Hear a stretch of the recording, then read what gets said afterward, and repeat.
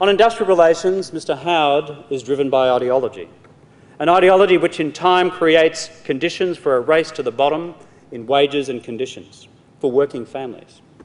Mr Howard knows that our current economic circumstances are propped up by the mining boom, which this year alone will bring in some $55 billion into the national economy.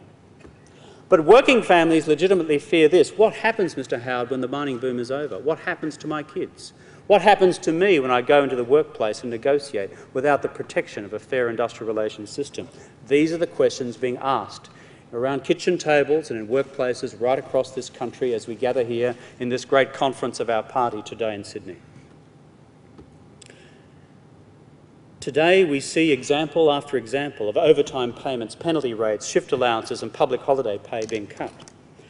I say to this conference, I will not be party to any government which places vulnerable working families in such a position. I will not be party to a government which proclaims to be the party of family values when it has enacted a piece of legislation which is the most hostile to working families of any piece of legislation enacted by any parliament in the Commonwealth in its history.